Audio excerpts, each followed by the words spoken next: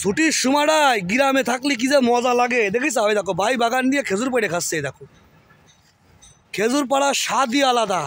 এই দেখো এই যে ছোট ভাইকে নিয়ে খেজুর পেড়ে খাচ্ছে। ও খেজুর, যশোরের খেজুর, আর খেজুরির গুড় তো যশোরের জন্য বিখ্যাত। খেজুর তো তোমরা খাবা না, একদম 100% হালাল ফ্রেশ পিওর খেজুর, যশোরের বিখ্যাত খেজুর। এই দেখো খেজুর গাছের থেকে টপ করে পাটবো আর কপ করে খাবো।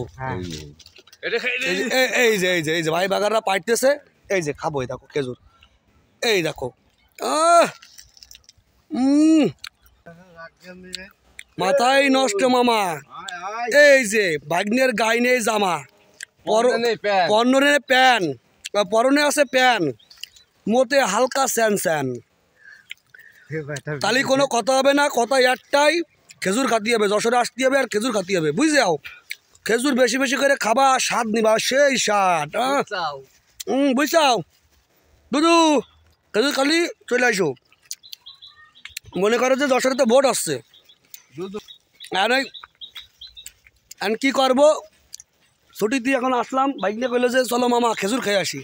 তাই খেজুর খাতে আসলাম, একদম পিওর 100% পিওর খেজুর। বাইক নিয়ে গাছে উঠেছে, একটুখানি গাছ। বাইক নিয়ে পারো, ও সেই স্বাদ, ও বাইক নিয়ে আমার সেই স্বাদ পাচ্ছে।